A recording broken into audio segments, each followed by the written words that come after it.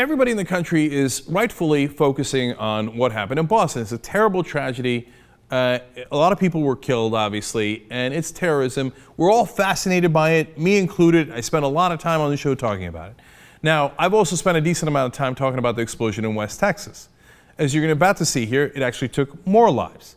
And I want to tell you some amazing numbers and facts about it that might get you to think about what our priorities are in terms of what actually gets a lot more Americans killed. So, first of all, in West Texas, when the fertilizer plant blew up, 14 people were killed and over 160 were injured.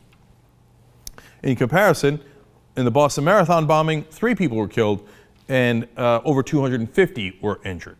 Now, look, more people were injured, and then, of course, remember the MIT police officer was also later killed in a shootout, and another officer was shot. Both are horrible tragedies. One doesn't have to be bigger than the other. But it's just an interesting note that they are both very large casualties and very large tragedies, obviously, right? And you would obviously want to protect U.S. citizens from both, right? Well, to give you a sense of scale of how often these things happen, whether it's something that happens in a workplace or an act of terrorism, well, we have the numbers on it in 2011. 4,609 Americans were killed in workplace accidents. 17 Americans died in terrorist attacks. Now look, some of those workplace accidents were probably not preventable. They were accidents.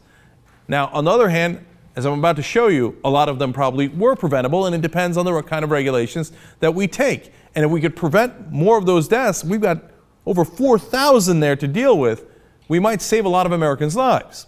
So, and it's not to say you don't focus on terrorism.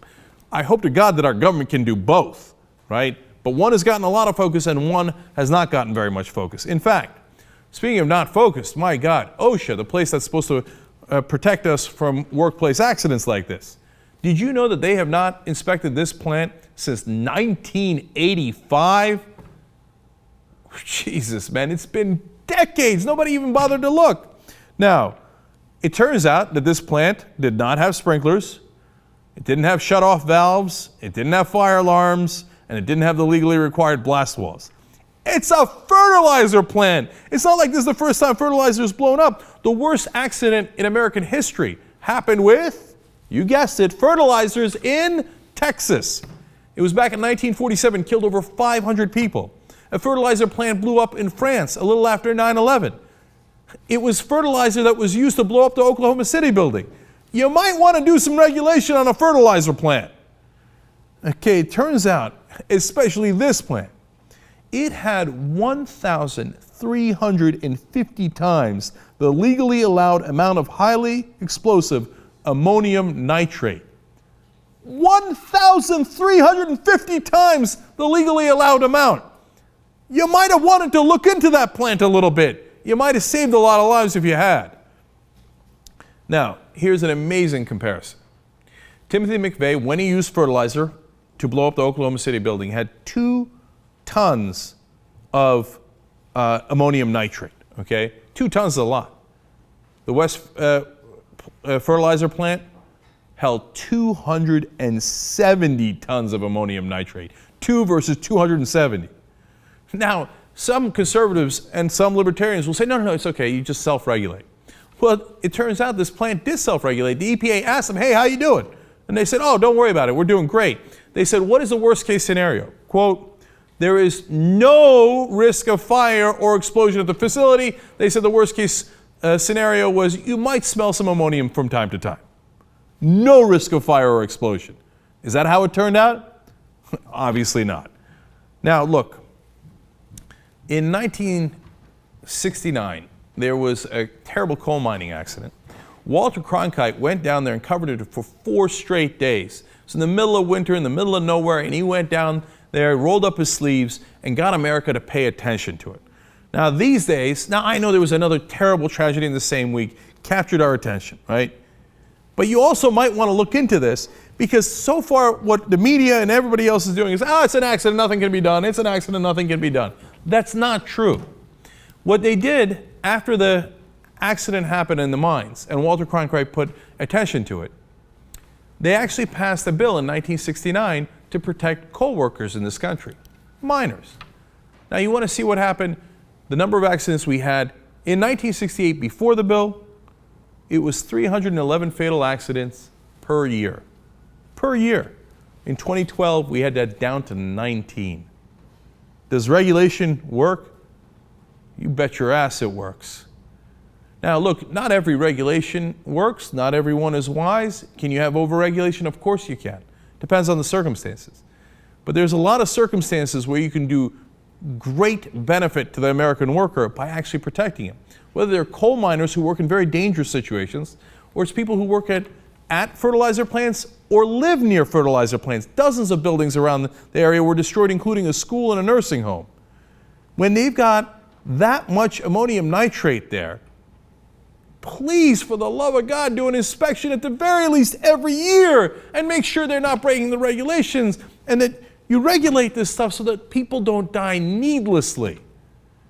But, you know, we've had one Republican congressman who actually said that they need a lot more aid down in Texas now because of the explosion, and I agree with him. His name is Bill Flores. But at the same time, he had said the people who were affected by Sandy, not interested. He voted down a bill, now it passed anyway, but he voted against it, for aid to people who were victims of Hurricane Sandy. Now that's a classy guy, but that's not all. Turns out he wanted to cut OSHA's budget, and he did. He voted in 2011 to cut, now you know what OSHA is, right? It's the Occupational Safety and Health Administration, the people who are supposed to make sure our workplaces are safe. He cut their budget by $99 million. And now he wants more money because of the results and the consequences of his actions. Well, you might not have wanted to cut that budget in the first place. And how much money do we spend fighting terrorism? And by the way, how many trillions of dollars did we spend starting wars because of our reaction to terrorism?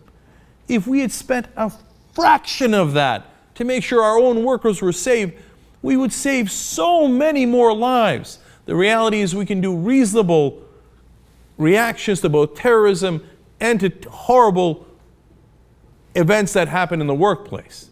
And I don't want to say accidents, that's why I paused.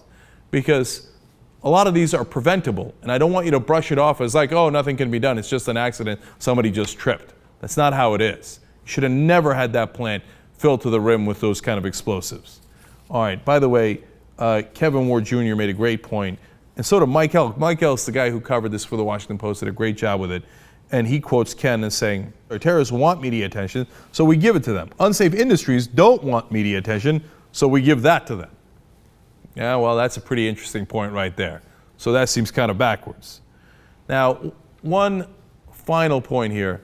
The residents near the plant, they're not blaming the people who own the plant. Apparently, it's a local guy who does. He's on the school board. He's a little older. You know, some think that he bought the plant just to be able to keep it running so that people in the local area could have a job. I don't know anything about the guy. He might be the sweetest guy in the world. I do know he broke the rules, and it had terrible consequences, and they should certainly look into what rules were broken. But Jeanette Carlick says, these are good people, and I feel so sorry for Mr. Adair. Yeah, but I also feel sorry for the people who died there and the people who got blown up. Ed Sikora says, and he's a local guy in the community, I don't question it. There's no way that there was a problem there where they knew something was going to happen. That's not the people they are. They're good Church of Christ people. If Adair had an inkling, he would have shut that thing down. Look, again, I don't know this Adair guy, okay? But I do know that if you know that you've got 1,350 times the legally allowed limit, and you keep packing those explosives, possibly explosive material in there, well, you got to know that your negligence has consequences. Now, we'll let the legal system obviously judge if he was legally negligent, but obviously there was something tremendously wrong there. That's why you can't cut corners. That's why you need regulations. Next time a conservative knucklehead tells you that you don't need any regulations, remember West Texas.